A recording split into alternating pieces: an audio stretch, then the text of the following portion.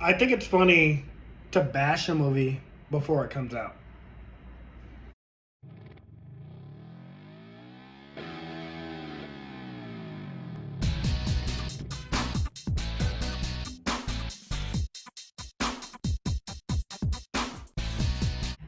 Hey guys, welcome back to the Everything Anime Podcast. I'm your host Shinri. Here at the Everything Anime Podcast, talk about everything from anime, manga, video games, TV shows, and whatever relevant topic we're talking about. Sorry, that does not roll off the tongue like I wanted to. Anyways, we are going to talk about the Marvels. I just left the theater. I'm in a hotel. Once again, guys, I travel for work. I don't have a background set up yet. I do plan on working on getting one, but for right now, let's just talk about this movie. Now, I don't have a lot to say. But before we even talk about the movie and what I thought about it, what I didn't like about it, which is very little that I didn't like about it, I actually enjoyed it a lot. But I think it's funny that people bash on a movie before it comes out. Like, they're like, oh, I'm not seeing that because so-and-so's in it. Oh, I'm not seeing that because I'm not watching all these TV shows. Oh, I'm not seeing that because it's a female-led movie with a female villain. When did we just stop going to movies to enjoy movies? I understand, like, the Infinity Saga made this whole thing where, like, everything has to be connected and all of it has to make sense for you and be entertaining for you so you can enjoy this collective narrative. But somewhere post Infinity War, nobody wants anything to be connected. Nobody wants to watch all these TV shows. Nobody wants to feel like it's homework to go see something and just enjoy a movie. That's my take. I enjoy a movie. If it's connected, awesome. Like the first, what was it? What's that movie called? The guy that has like super strength, but it's it's connected to Split and Glass. The movie before Split, I enjoyed that as a movie, whether it be connected to something or not. And then Split, I enjoyed Split as a movie, connected or not. And then we found out it was connected to that movie. And they're like, okay, cool, this is amazing. You know, it didn't feel like homework to have to go watch that movie because I'd already seen it. But it's just like, if it's connected, that's cool. And the Marvels kind of fits there. Like, yes, you obviously knowing that this is connected to the Marvel Universe, you have to have watched Captain Marvel to know who she is. You have to watch WandaVision / Captain Marvel to know who Monica Rambeau is. And then Miss Marvel's show just came out like last year or this year. And she's like the best part of the movie. Like, if I had to praise any part of the movie first and foremost, it's her. She's amazing. I love her energy. I love her, like, everything about it. Like, I don't know if that was like her first time acting since Miss Marvel, but like, she has the energy for this movie. She is the heart and soul of the movie.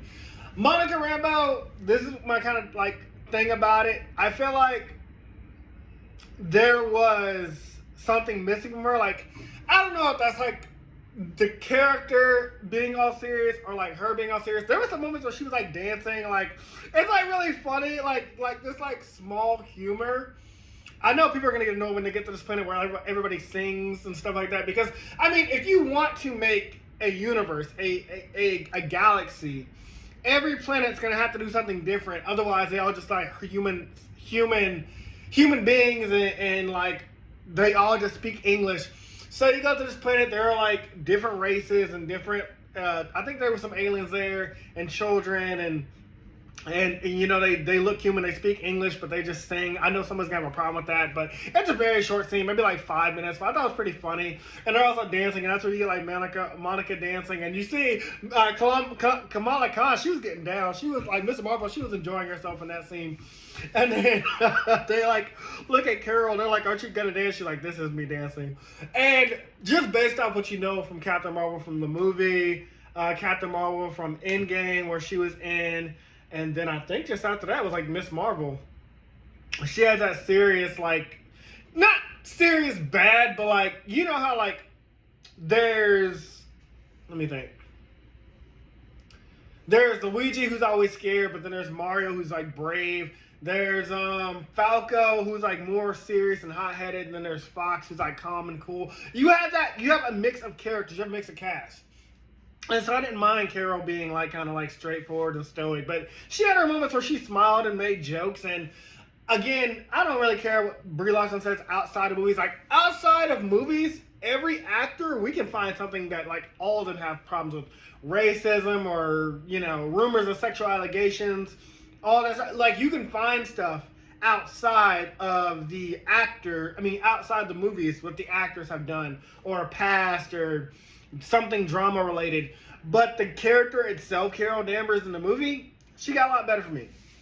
Nick Fury, it's given inconsistency because I can't tell if this is post-Secret War, Secret Invasion or pre-Secret Invasion, because if this is pre-Secret Invasion, where's his wife? Or no. If this is post-Secret Invasion, where's his wife? Because he went up in the ship post-Secret Invasion, so we thought, like, okay, this is where he starts this is where he starts in the Marvel.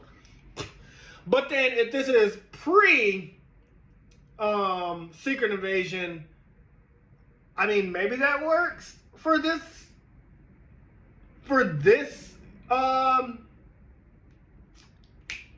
Nick Fury, but I don't know. And then the Skrulls make a comeback. You know, we're talking about Skrulls, refugees, continuing that story from Secret Invasion, continuing that story from Captain Marvel.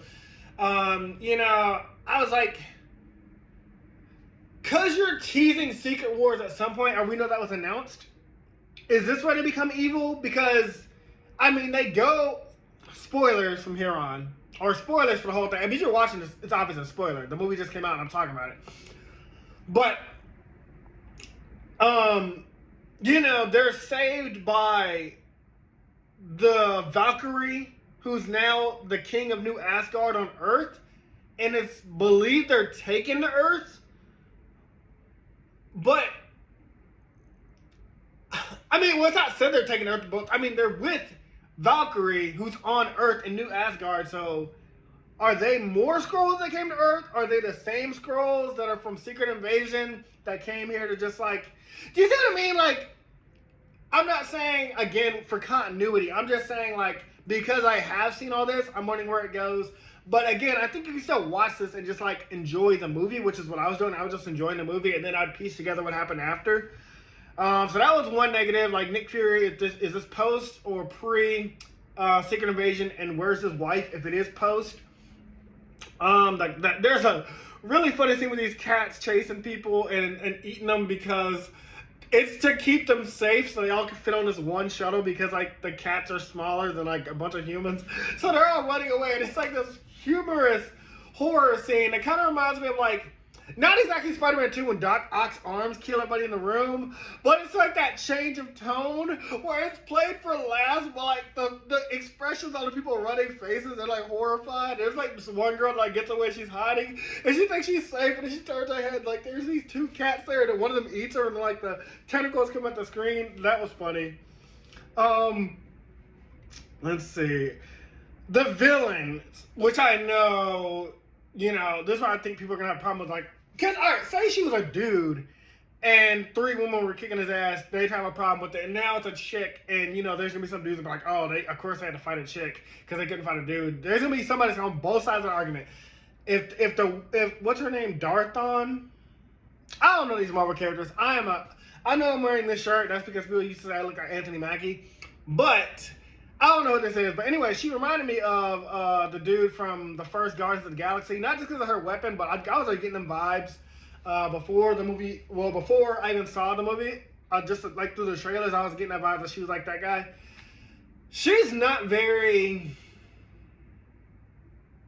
threatening. But, I mean, she was serviceable for the movie. Also, if anybody's confused about the power swapping, because I remember seeing this, like, they're like, okay, sometimes their powers work in a slot, sometimes they don't. They actually explained that in the movie. The only time you swap is if you use your powers at the exact same time, or if your powers are active while you're using your powers. Now, say, like, I attacked and you attack, and then I attack again, or, let's put it this way, Monica attacks, and then she turns off her powers, and then Carol attacks, she turns off her powers, and then Kamala Khan attacks, she turns off her powers. There's no switching.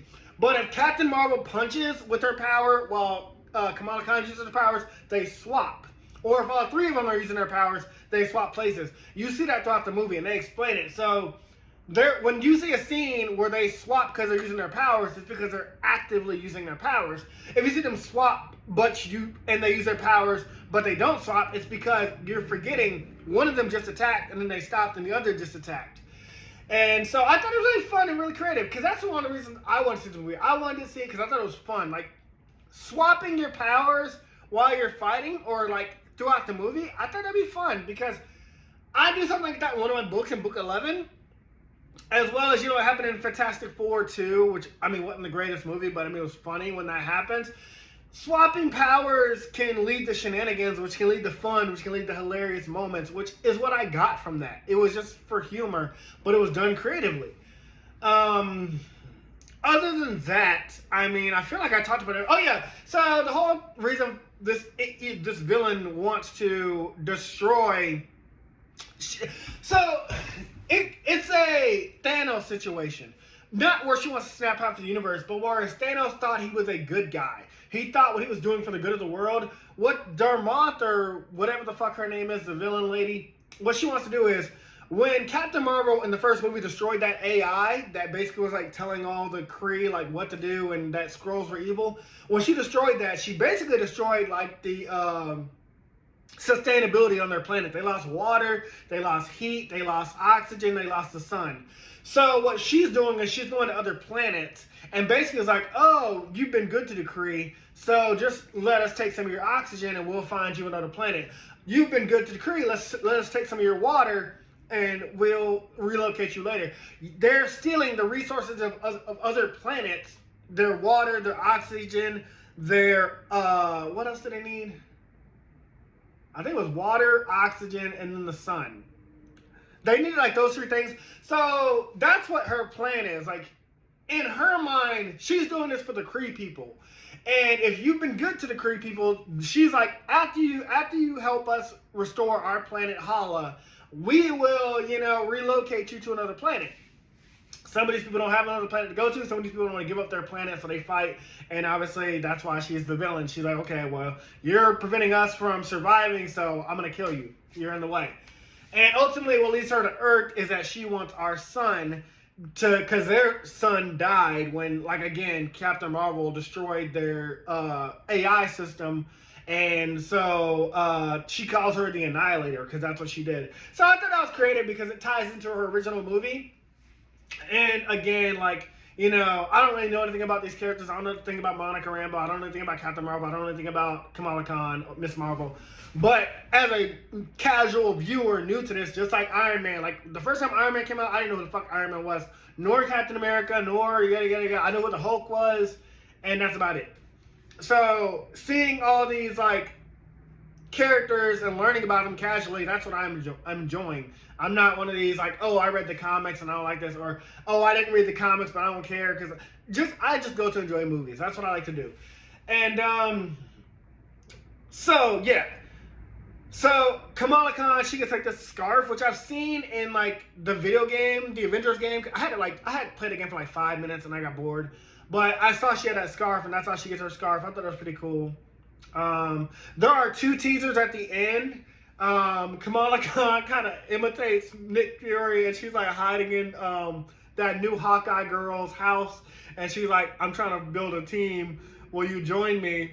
And she's like, well, I'm the only one. It's just like random humor like that, and it's like the Hawkeye girl says yes, and so they're gonna form the Young Avengers, which is cute, whatever.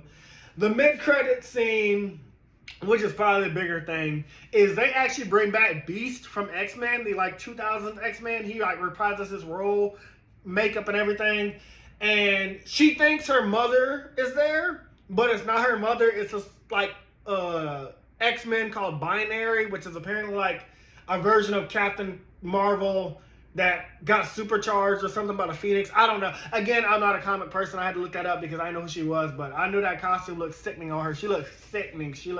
The girl was slaying in that scene. So we know that Monica Rambeau is now in the X-Men universe. So they might be doing this multiverse thing still, or who knows? Because I know Loki's doing something, and and then you got, honestly, Marvel, what I would do, because you release too many projects at once, like, it was better when you released less projects because you had more time to plan out things. You had more time to connect things. You still got Shang-Chi's rings, which were calling out to somebody. You got Eternals that got some gigantic space creature, which should have been Galactus, in my opinion. Because then you could have teased the Silver Surfer, which then you could have been brought in the Fantastic Four. And then after they defeat Galactus, you could have brought in Doctor Doom or something. You could have gradually did this. Instead, you got this Kang situation going, which I don't know nothing about. I don't know if Jonathan Majors is innocent. I don't know if he's guilty.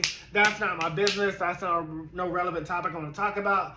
But again, overall, my experience just talking about the Marvels, I enjoyed it because I'm a casual fan. I enjoyed it because I'm not expecting nothing. I think if you bash the movie before you go see it, you're just a joke. If you don't want to go see the movie, fine.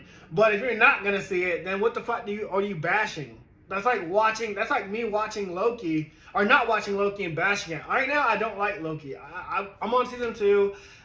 Let me not get in. That's a whole different conversation. Anyway, my point is, I'd give the Marvels an 8 out of 10. I thought it was good, but like I said, there's some inconsistencies with Nick Fury, with the Skrulls, and then Monica Rambeau. I don't know if she was supposed to be serious, but like I said, she has her moments where she's like dancing and being goofy. I love that. I lived for that. Kamala Khan, girl, you was having so much fun. I hope you have a successful career. And Captain Marvel, like I said, I was feeling her a lot more in this movie. She had her stoic moments, but she smiled, she made some jokes, and there's some really cute scenes and stuff like that. So I recommend you check it out. Anyways, that's it for now. Talk to you guys later.